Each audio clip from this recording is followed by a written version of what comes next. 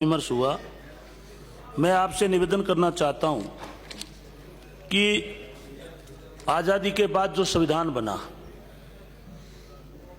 क्योंकि उससे पहले राजतंत्र था और हम सभी अंग्रेजों के गुलाम थे। बाबा साहब ने जो संविधान बनाया, इसमें यह शर्त रखी कि हमारे देश में विभिन्न जातियां हैं और विभिन्न धर्मों के लोग रहते हैं। उसमें जो जाति और जनजाति, अनुसूचित जाति जो गांव में रहती थी उनको अनुजाति का दर्जा दिया गया और जनजाति वो की जंगलों में रहती थी। लेकिन मैं अभी जो देखता हूं, और बाबा साहब ने अपनी पुस्तकों में भी लिखा है कि जनजाति के साथ में इतना अस्पृश्यता का व्यवहार नहीं होता था, छुआछूत का व्यवहार नहीं होता था। जाति जो है अनुसूचित जाति, उसके साथ छुआछूत का व्यवहार था। यह कोई गरीब उन्मूलन प्रोग्राम नहीं था। बाबा साहब ने जो आरक्षण दिया, उसकी जो मूल भावना थी कि जिस तरह से हमारी बॉडी में अगर एक अंग कमजोर होता है, उसको दवाई दे के ठीक किया जाता है ताकि अपाहिज नहीं कहलाएं, उसी प्रकार हमारे समाज में वर्ण व्यवस्था थी। सबसे ऊपर ब्राह्मण, दूसरे नंबर पर क्षत्रिय, तीसरे नंबर पर वैश्य और चौथे नंबर पर शूद्र। तीनों का भार हमारे ऊपर था। तो बाबा साहब ने कहा था कि अगर आपको इस देश को विकास करना है तो इस खड़ी लाइन को पड़ी लाइन कर दो, सबको समानता का दर्जा दे दो, हमारे देश को कोई विकास से रोक नहीं पाएगा। उसी भावना के अनुरूप कांग्रेस ने बाबा साहब के संविधान को मान्यता दी। वो जब इनक्लोज लिखते थे संविधान का, तो वल्लभ भाई पटेल, नेहरू जी सब उसको स्वीकृति देते थे, संविधान बना। उस वक्त जिनका ये विवरण दे रहे हैं, इन लोगों का कोई लेना देना भी नहीं था। अभी ये बात भी आई कि गांधी जी का उनका विवाद था, इस तरह की कोई बात नहीं थी। लेकिन बाबा साहब ने यह जरूर तबका है जिसको हम अछूत समझ के बाहर रख रहे हैं, वो पशु की जिंदगी जीने के लिए मजबूर हैं। अगर उन्हें हमें बराबर लाना है तो हमें आरक्षण देने की आवश्यकता रहेगी। और उन्होंने ये कहा कि आरक्षण ये जब तक ही रहेगा जब तक इस देश में जाति व्यवस्था रहेगी। तो मेरा आपसे आग्रह है सभापति महोदय कि इस देश में सामाजिक समानता और आर्थिक समानता जब तक नहीं आएगी, जब तक ये जो है आरक्षण जारी रहेगा। क्योंकि चाहे आज आरक्षण आज ही खत्म कर दे, आरक्षण के नाम पे हमें गाली बहुत पड़ती थी, लेकिन अब तो ठीक हो गया कि ओबीसी को 27% आरक्षण, 10% श्रमण जाति को आरक्षण, कुछ गाली कमजोर हो गई। लेकिन मैं आपसे आग्रह करना चाहता हूं कि यदि आप इस देश को विकास की ओर ले जाना चाहते हो तो हमारे धर्म को सबसे पहले, जो हमारे समाज के ऊपर ये छुआछूत का कलंक है, इस कलंक को हमें खत्म करना पड़ेगा। छुआछूत तो हम तो करते नहीं, इसलिए हम चाहते हैं कि जिन्होंने ये गलती की है, ये सुधार उनको करना चाहिए। आज मैं देख रहा हूं एससी और एसटी के मुद्दे पर ज्यादातर एससी और एसटी के एमएलए बोल रहे हैं। मैं तो कहता हूं श्रमण जाति के नेताओं को बोलना चाहिए, ये बात गांव में जाके बोलनी चाहिए कि आज पूरे विश्व के अंदर एक बात की चर्चा है कि ये देश ऐसा है जो जातियों में बंटा हुआ है। ये आजादी से पहले मुगल आए, उनसे पहले तुगलक आए, उससे पहले गुलाम वंश आया, उससे पहले मीर कासिम आया। मुझे याद आता है अटल बिहारी जी का एक वीडियो देखा मैंने, वो गजनी गए, उन्होंने कहा मैं गजनी देखना चाहता हूं। लोगों ने कहा गजनी देख के क्या करोगे? गजनी देखा एक छोटा सा गांव।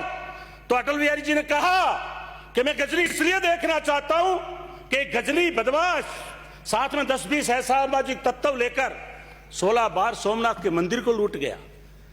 यहां ज्यादा संख्या नहीं थी उसके पास, इसलिए उसने कहा मैं गजनी देखना चाहता हूं। तो वो क्यों लूट गया? क्योंकि हमारा समाज जाति और वर्ण व्यवस्था में फंसा हुआ था, हमारा में एकता नहीं थी। इसलिए जो हमारे देश में हम लोगों को हथियार की ट्रेनिंग नहीं थी। बंदूक कौन उठाएगा? क्षत्रिय उठाएगा। पूजा कौन करेगा?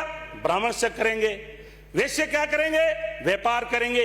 उस फूट का फायदा उठा करके और एक छोटा सा आदमी हमारे सोमनाथ मंदिर को लूट के और हमारी मूर्तियां तोड़ करके सोने और चांदी को खच्चर भर के अफगानिस्तान ले गया। ये मैं नहीं कह रहा हूं, ये अटल बिहारी वाजपेयी जी का वीडियो है। इसलिए हमें समझना चाहिए, चाहे महान पुरुष, चाहे बीजेपी में रहा और चाहे कांग्रेस में रहा, हम सबका सम्मान करते हैं। इसलिए मैं निवेदन करना चाहता हूं कि इस सामाजिक अस्पृश्यता का हम अपमान सहन करते हैं। हम कहीं भी जाते हैं, अगर हम ये कह दें हम हिंदू हैं, वो संतुष्ट नहीं होगा जब तक हम जाति नहीं बताएंगे। क्या प्यार बोलते तो ठीक हो, फिर कहेंगे जाति क्या है, तो फिर ये बात कहेंगे आपने इस जाति में कैसे जन्म हो गया। ये हमें बहुत पीड़ा है सभापति महोदय। और ये बात मैं कहता हूं, इस देश में नेता बहुत है, इस देश में नीति बहुत है, कमी है तो नियत की है। अगर किसी आदमी की नियत ठीक हो जाए शासन करने वालों की, तो ये कोई बात लंबी नहीं चल सकती। क्योंकि डॉक्टर अंबेडकर ने कहा था संविधान बड़ा है, लिखित है, पूरे विश्व में प्रशंसा होती है आज भी, लेकिन अगर संविधान को चलाने वाले लोग, सत्ता में बैठने वाले लोग अगर इस संविधान को ठीक तरह से नहीं चलाएंगे तो ये संविधान गलत कहलाएगा, गंदा कहलाएगा। इसलिए मैं आपसे निवेदन कर रहा हूं कि यदि आप लोग हमें आरक्षण दे रखा है, लेकिन अगर शासन चलाने वाले ठीक नहीं होंगे तो आरक्षण पूर्ण रूप से लागू नहीं होगा। और जब तक हमारी सामाजिक और आर्थिक स्थिति ठीक नहीं होगी तो हम कभी रोड मांगेंगे, कभी हम स्कूल मांगेंगे, फैक्ट्रियों की दौड़ में तो हम है ही नहीं।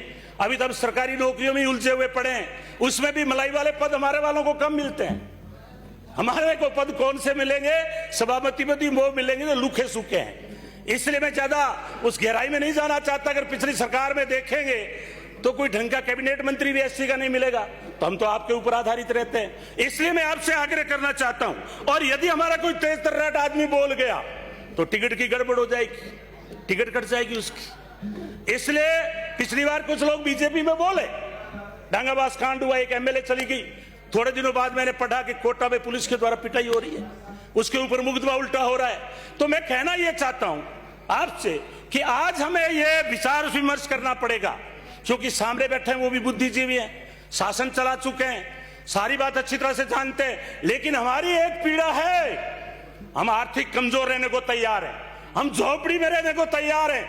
हमने मोमबत्ती देख करके उसको रात को उजाला करके पढ़ाई की, एमए की, सामाजिक हॉस्टलों में रहे, हमें कोई दर्द नहीं, हमें लुखी सो की रोटी मिली। आज भी हमारा बच्चा जो समाज कल्याण हॉस्टल में रह रहा है उसको कोई किसी तरह की बड़ी सुविधा नहीं है। हम जब हॉस्टल में जाते हैं, गद्दे पुराने हैं, चद्दर मेली पड़ी है, आटे में इलिया पड़ी है, सब्जी आती है उसमें भी आधा सुपरडेंट माल बढ़ा जाता है। इसलिए बहुत सारी बातें हैं, वो परिस्थिति हम झेलने को तैयार है।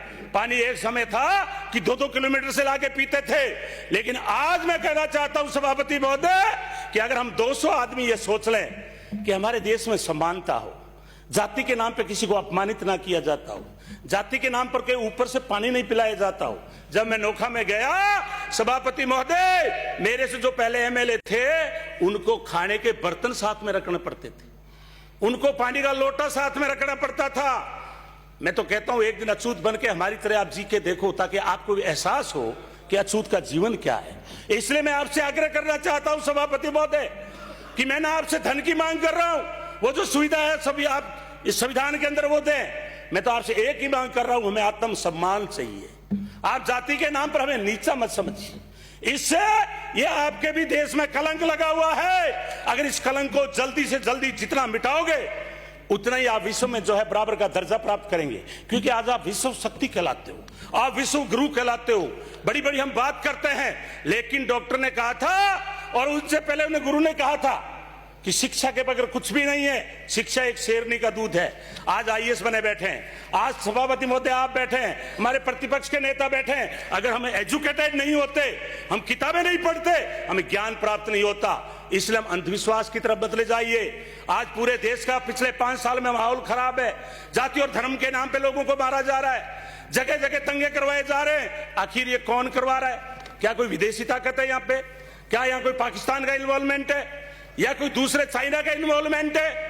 मैं इसलिए निवेदन करना चाहता हूं सभापति महोदय कि अगर हम देखते हैं वीडियो, एक गरीब दलित बच्चे को पीट के बुरी तरह से बांध के पीटते हत्या कर दी जाती है। एक अल्पसंख्यक के, चलो अल्पसंख्यक की आज बात नहीं करेंगे, एससी की बात, फिर भी किसी भी जाति और धर्म के नाम पर उसको अपमानित मत करो। आज यूपी के अंदर राम राज्य है, वहां आज गांव के गांव में दलितों को पीटा गया।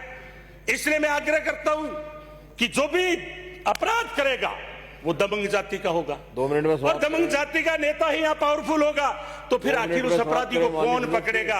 इसलिए मैं हाथ जोड़ के निवेदन करता हूं, हमें आप कुछ मत दो, लेकिन हमें बराबर का सम्मान दे दीजिए, ताकि हमारे देश की तरक्की हो और विश्व में जो हमारा असामाजिकता का जो कलंक लगा हुआ है, इस हम कलंक को मिटा सके, ताकि आपको बार बार धर्मांतरण के नाम पे प्रदर्शन नहीं करना पड़े। एक आदमी की क्या औकात कि ईसाई धर्म के नाम पे वो धर्मांतरण करा रहा है?